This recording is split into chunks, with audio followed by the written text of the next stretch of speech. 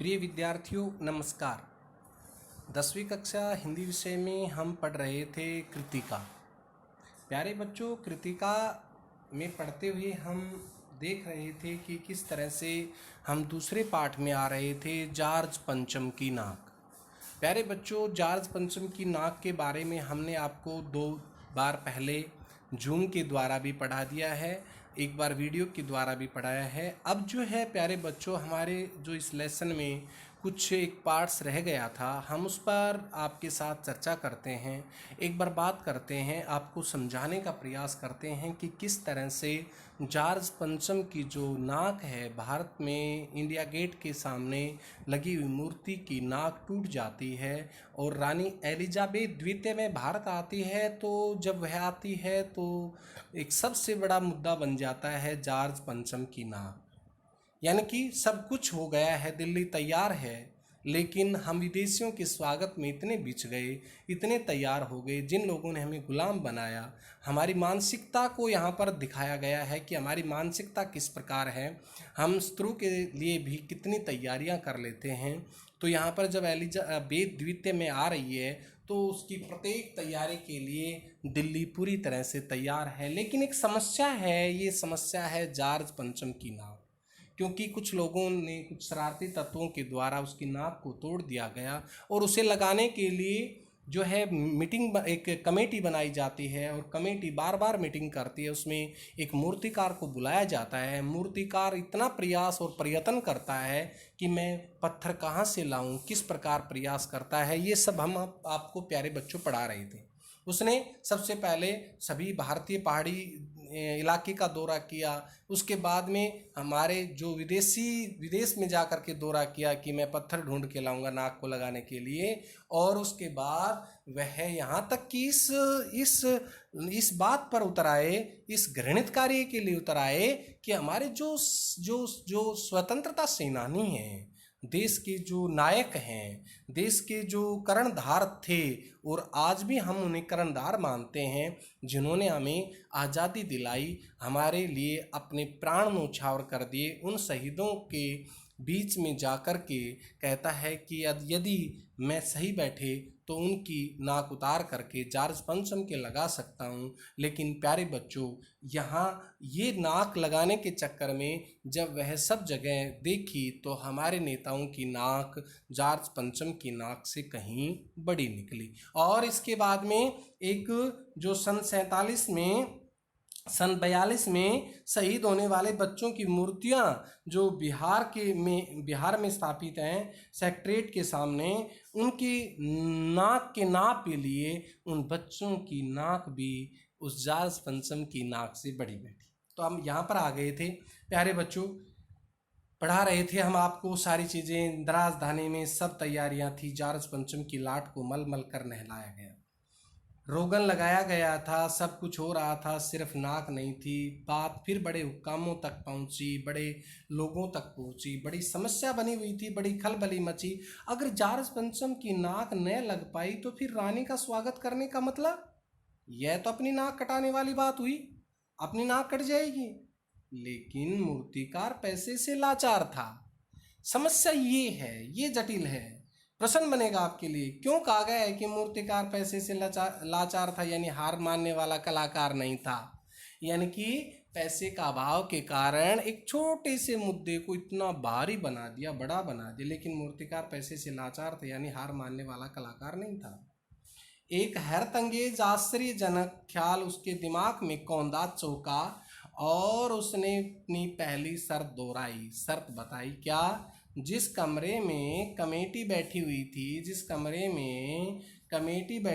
थी उसके दरवाजे फिर बंद हुए। यानी कि बार बार मीटिंग हो रही थी कि मसला हल करने के लिए, समस्या का समाधान करने के लिए फिर से मीटिंग बैठी की और मूर्तिकार ने अपनी नई योजना पेश की। चूँकि नाक लगाना एकदम ज़रूरी है, बहुत ज़रूरी है, इसलिए मेरी राय है कि 40 करोड़ में से कोई, उस समय भारत की जनसंख्या 40 करोड़ थी, में से कोई एक जिंदा नाक काट कर लगा दी जाए। बड़ी समस्या है। देखो कितनी हैरतअंगेज ख्याल उसके दिमाग में आया। बात के साथ सन्नाटा छा गया। कुछ मिनटों की खामोशी के बाद सभापति ने सबकी तरफ देखा। सबको परेशान देखकर मूर्तिकार कुछ अचकचाया और धीरे से बोला, आप लोग क्यों घबराते हैं? आप लोग क्यों परेशान होते हैं? यह काम मेरे ऊपर छोड़ दीजिए। इस समस्या का समाधान तो मैं कर दूंगा। नाक चुनना मेरा काम है, आपकी सिर्फ इजाज़त चाहिए। यानी कि जिंदा नाक सबसे बड़ी समस्या बन गई। आगे 40 करोड़ भारतीयों में से कोई एक जिंदा काट कर के नाक लगा दी जाए, आदेश कर देना। यानी कि लाट के, मूर्ति के। समस्या तो ये है कि निर्जीव पत्थर के जो मूर्ति लग के जिंदा नाक लगाने की, न खानाफूसी हुई, कानाफूसी हुई, एक दूसरे के कानों में बात पहुंची, एक दूसरा खुसर फुसर करने लगे। मूर्तिकार को इजाज़त दे दी गई। ये फैसला हो गया, मूर्तिकार को इजाज़त दे दी गई। प्यारे बच्चों, इसके बाद कहता है, अखबारों में सिर्फ इतना छपा था कि नाक का मसला हल हो गया है और राजपथ पर इंडिया गेट के पास वाली जॉर्ज पंचम की लाट के नाक लग रही है। नाक लग रही है। नाक लगने से पहले फिर दोबारा से, पहले हथियारबंद पहरेदार थे, अब फिर हथियारबंद पहरेदारों की तैनाती हुई। मूर्ति के आसपास का तालाब सुखाकर साफ किया गया। देखिए प्यारे बच्चों, यहाँ जो तालाब था उसको साफ किया गया। तालाब का साफ करने का क्या औचित्य था, क्या मतलब था? लेकिन भ्रष्टाचार। कुछ काम करेंगे तो भ्रष्टाचार करेंगे। तालाब सुखाकर साफ किया गया, उसकी रवाब कीचड़ निकाली गई और ताजा पानी डाला गया, ताकि तालाब में ताजा पानी डाला गया ताकि जो जिंदा नाक लगाई जाने वाली थी वह सूखने न पाए। कमाल की बात है कि उससे ठंडी ठंडी हवा आती रहे और नाक, जो जिंदा नाक लगाई जाएगी, वो सूखी रहे, वो गिल्ली रहे, वो सूखे नहीं। इस बात की खबर जनता को नहीं थी, अंदर अंदर चल रहा था। ये सब तैयारियां भीतर भीतर चल रही थी। रानी के आने का दिन नजदीक आता जा रहा था। मूर्तिकार खुद अपने बताए हाल से परेशान था। अमूमन ये दिखाया गया है कि हम अपने बताए समस्या से ही परेशान हो जाते हैं। जिंदा नाक लगाने के लिए उसने कमेटी वालों से कुछ मदद मांगी, वह उसे दे दी गई, लेकिन इस हिदायत से दे दी गई, साथ ही एक साथ खास दिन हर हालात में, हर हाल में नाक लग जानी चाहिए, ये हिदायत के साथ। तो प्यारे बच्चों, और वह दिन आ गया, जॉर्ज पंचम की नाक लग गई। जॉर्ज पंचम की नाक लग गई। हमारी सोच, हमारे विचार, हमारी भावनाएं यहाँ प्रदर्शित होती हैं। नाक लगा दी गई। सब अखबारों ने खबरें छापी कि जॉर्ज पंचम के जिंदा नाक लगाई गई है। यानी ऐसी नाक जो लाट के लगाई गई है, स्तंभ के लगाई गई है, कतई पत्थर की नहीं है, बिल्कुल जिंदा नाक है। लेकिन उस दिन के अखबारों में एक बात गौर करने की थी। ये प्रश्न बनेगा प्यारे बच्चों आपके लिए कि उस दिन अखबार चुप क्यों थे, शांत क्यों थे, मौन क्यों थे? उस दिन ये गौर करने की थी कि उस दिन देश में कहीं भी किसी उद्घाटन की खबर नहीं थी। सारी जनता दुखी हो गई, परेशान हो गई और कहीं इकट्ठी नहीं हुई। किसी ने कोई फीता नहीं काटा, कोई सार्वजनिक सभा नहीं हुई, कहीं भी किसी का अभिनंदन नहीं हुआ था, कोई मानपत्र भेंट करने की नौबत नहीं आई। जनता में रोष था, गुस्सा था।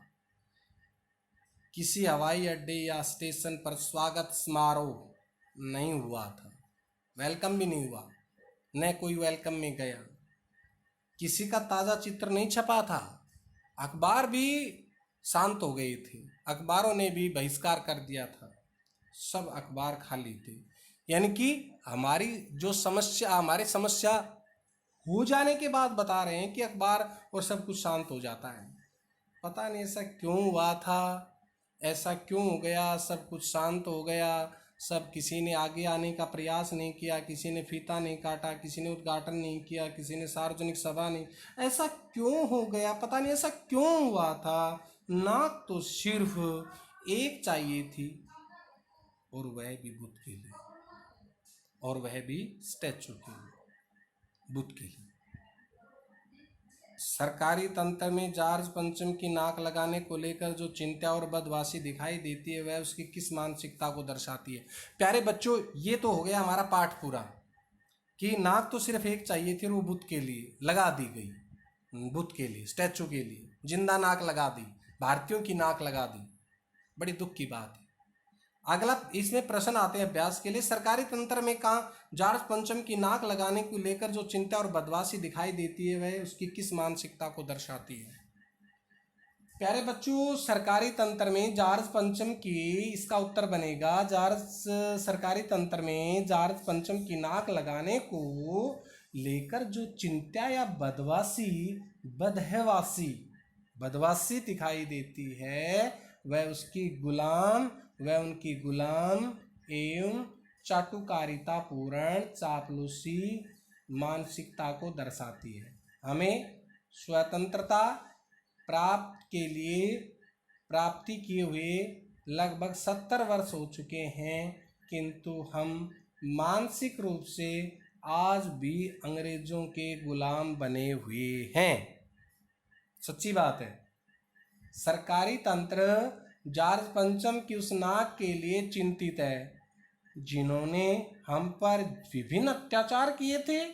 अपनी स्वार्थी प्रवृत्ति के कारण चाटुकारिता में लिप्त लोग केवल अपने स्वार्थ के विषय में सोचते हैं। जॉर्ज पंचम की नाक न रहने से सभी व्यक्ति यह सोच रहे थे कि यदि जॉर्ज पंचम की नाक नहीं रहेगी तो हमारी भी नाक नहीं रहेगी। सरकारी तंत्र को अपने देश जनता की मान मर्यादा से ज्यादा जॉर्ज पंचम की नाक की चिंता थी। ये बताएंगे हम इसका उत्तर। दूसरा प्रश्न है प्यारे बच्चों, जॉर्ज यानी कि रानी एलिजाबेथ के दर्जी की परेशानी का क्या कारण था? उसकी परेशानी को आप किस तरह तर्कसंगत ठहराएंगे?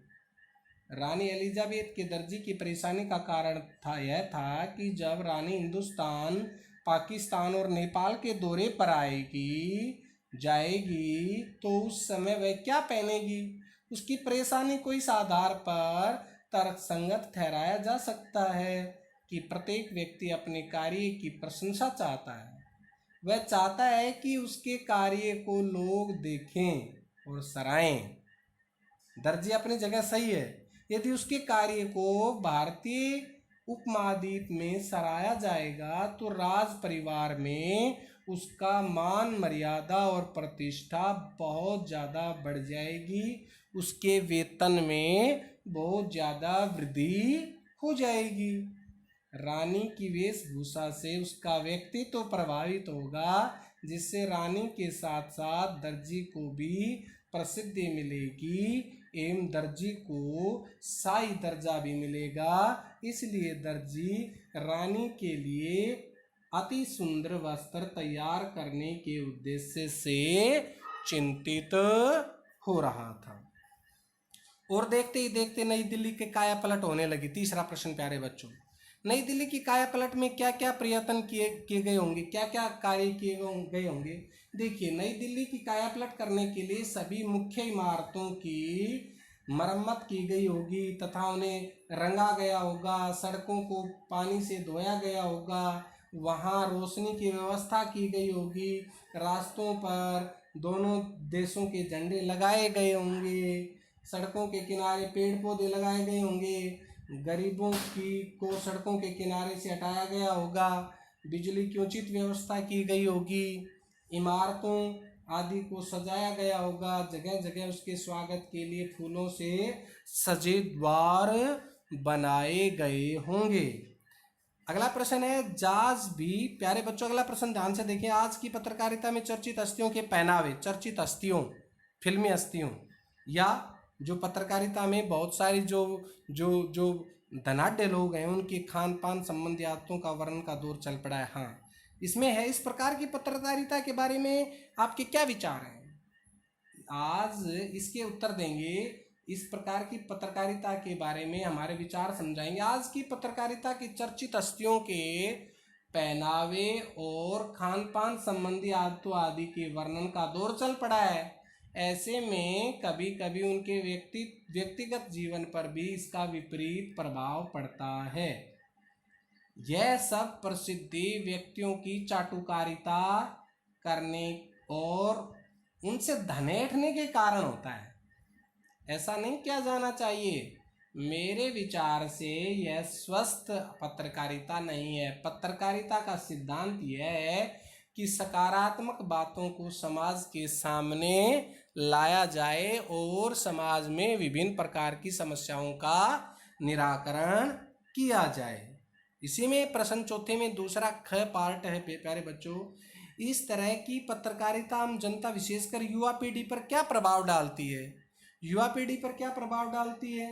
देखो, इस तरह की पत्रकारिता से आम जनता तथा युवा पीढ़ी प्रभावित होने लगती है। यदि ख्याति प्राप्त व्यक्ति या चरित्र अच्छा है तब तो ये अच्छी बात है, अन्यथा इससे समाज का संतुलन बिगड़ने और आदर्शों को नुकसान पहुंचाने का डर रहता है। इससे दिखावा, बनावटीपन और हिंसा आदि बढ़ती है, क्योंकि पत्रकारिता दबंग और अपराधी छवि वाले व्यक्तियों को नायक की तरह प्रस्तुत करती है।